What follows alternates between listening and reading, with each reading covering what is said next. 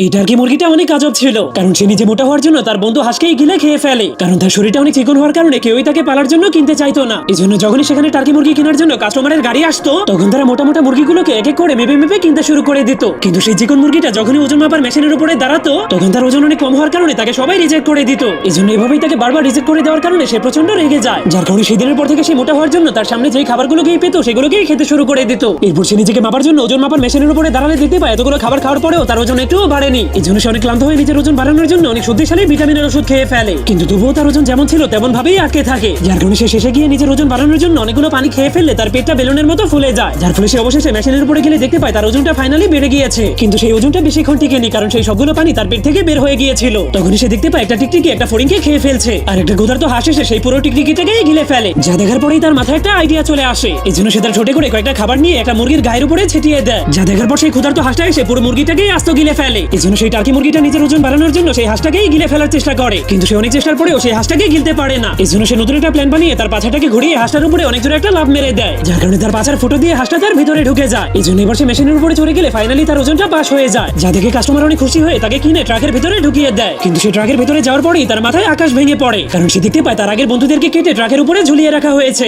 এই জন্যই বলা হয় বেশি লোভ করা ভালো না।